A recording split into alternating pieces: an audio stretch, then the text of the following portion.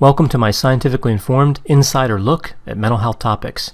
If you find this video to be interesting or helpful, please like it and subscribe to my channel.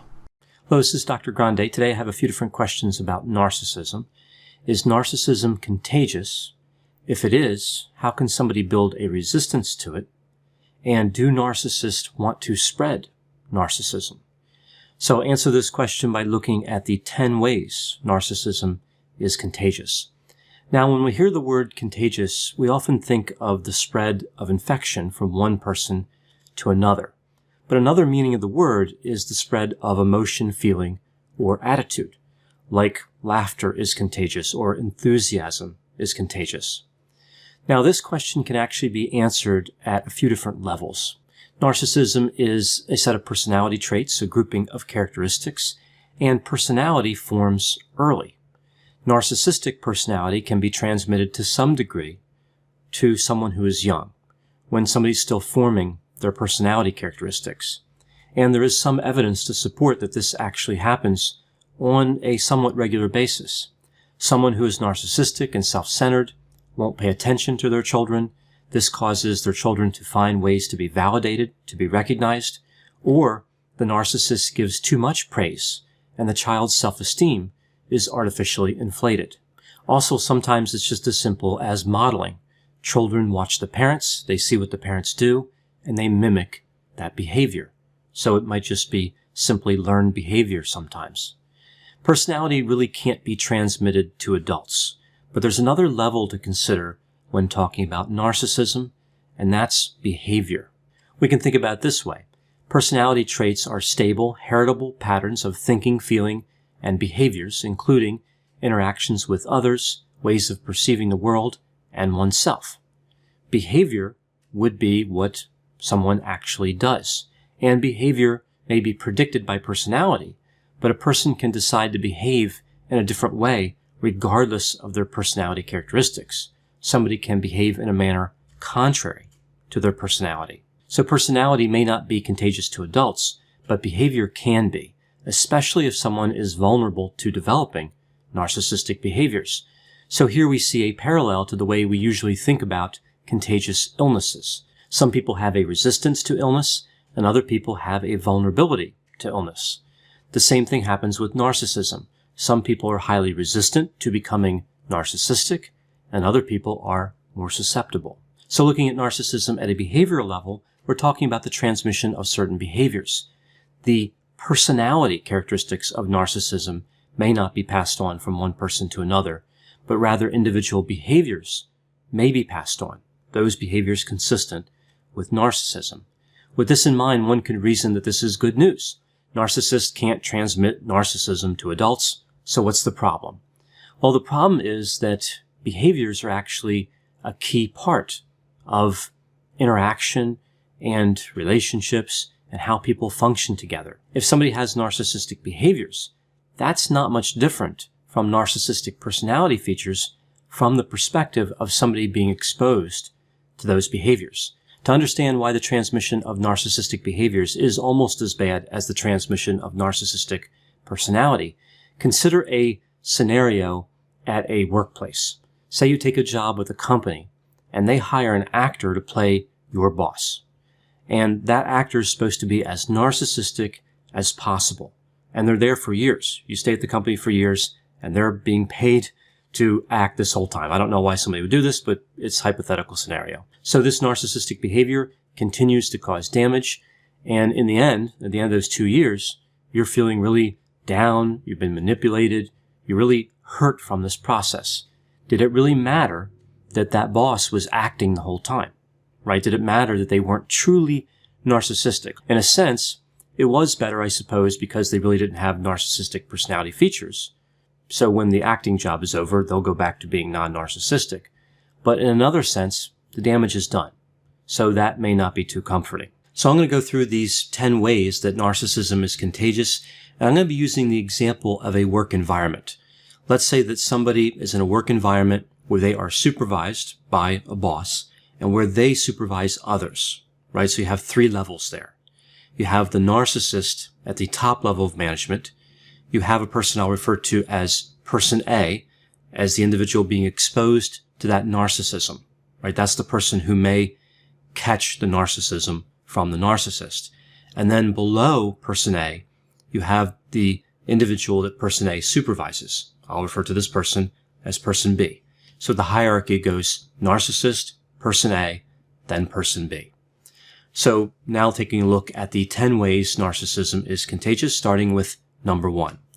If somebody has low levels of grandiose or vulnerable narcissism, this narcissism may be activated by the presence of a narcissist. So this is not really so much about narcissism being contagious as narcissism in one person bringing it out in another person, essentially making them more comfortable with who they really are, right? Helping them to express their characteristics more fully.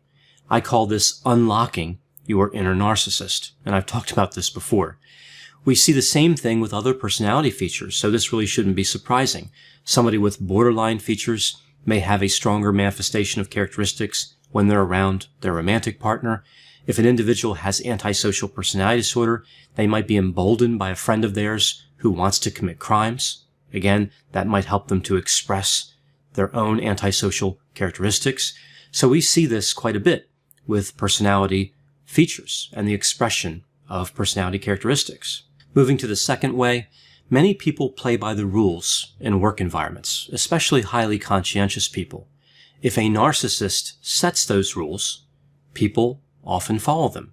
They want to keep their job, and again, they might just like things to be orderly. They like to follow the way things are supposed to be done. Sometimes it's as simple as the narcissist telling people to act in a manipulative, condescending, or arrogant manner. Essentially, this is a type of pressure. The narcissist pressures person A to treat other people poorly, sometimes for the narcissist's benefit, and sometimes just because of the sadistic component of narcissism. Moving on to item 3, the third way, we see this is displacement. This is a mechanism really based in psychoanalytic thought and psychodynamic thought. Displacement is a defense mechanism. So person A is bullied by the narcissist, but person A can't really get revenge on the narcissist because of that power differential. So person A takes out their frustration on person B.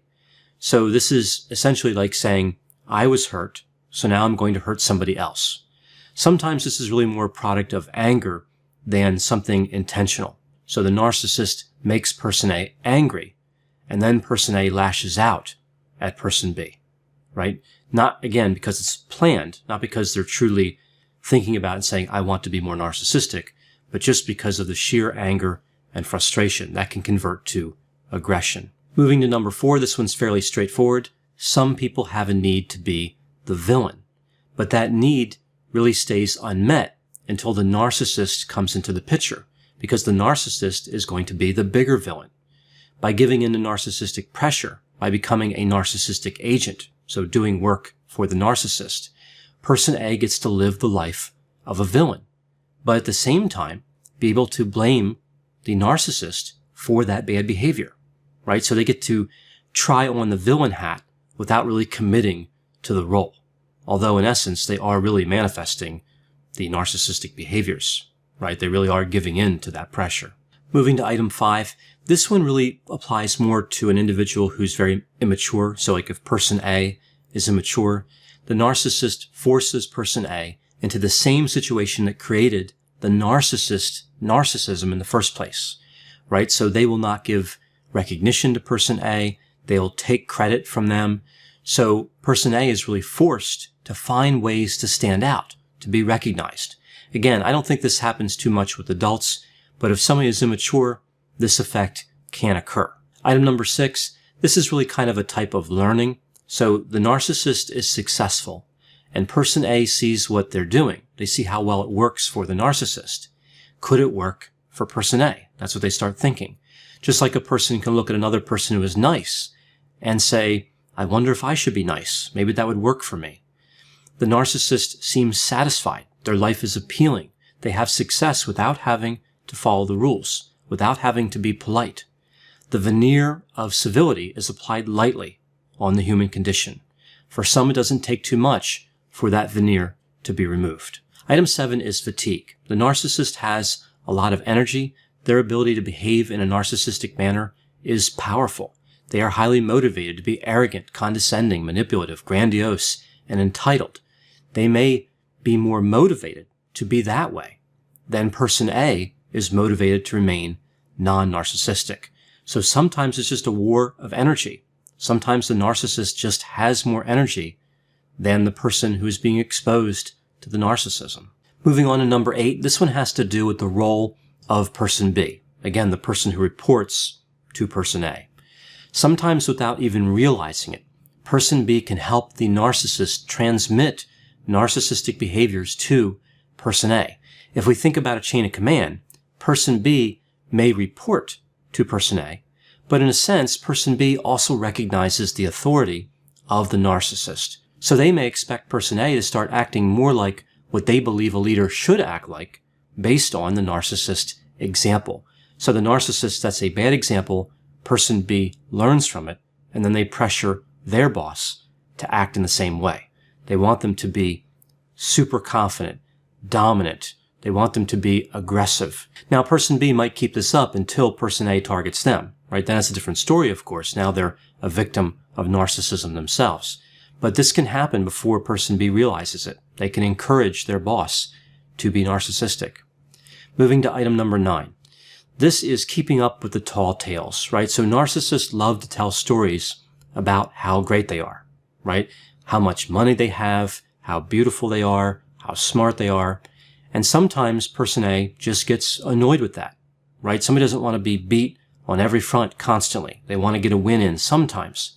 And of course, this is a dangerous tactic with a narcissist. Stating that you're better at something than the narcissist is very threatening to them.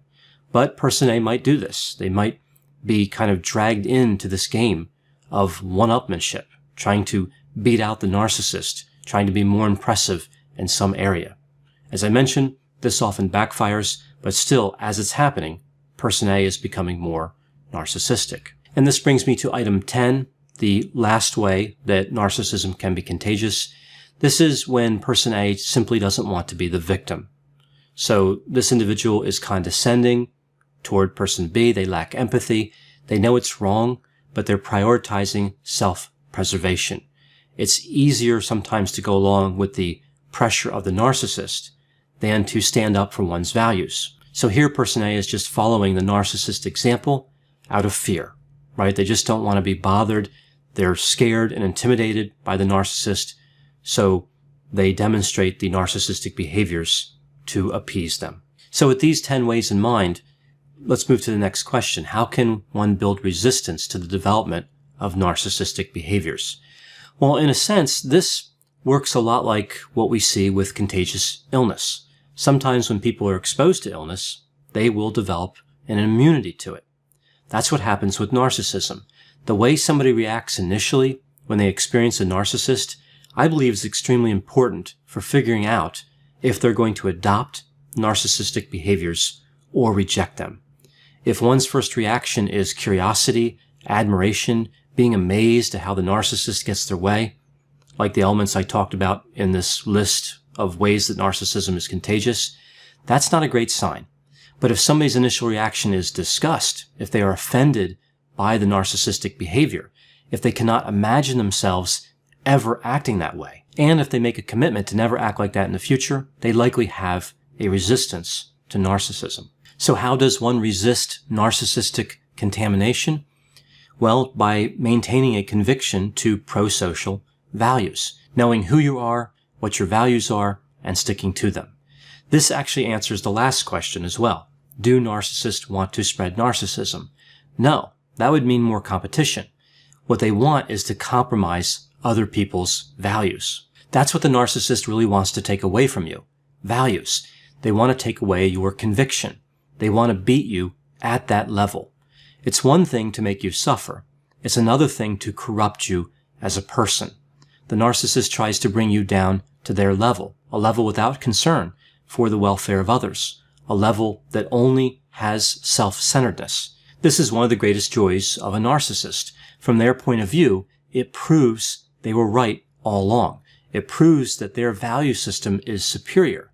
It proves that they are superior. It proves that they can win using their relational style on their terms, and it proves that values are meaningless because people who claim to have values can't stand up to the narcissist. Narcissists love it when people give up their values and give in to their demands. So back to that original question, is narcissism contagious?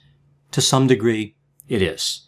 But an appreciation for the destructive potential of narcissism and a commitment to avoid narcissistic behaviors can prevent it from spreading. I know whenever I talk about topics like narcissism, there will be a variety of opinions.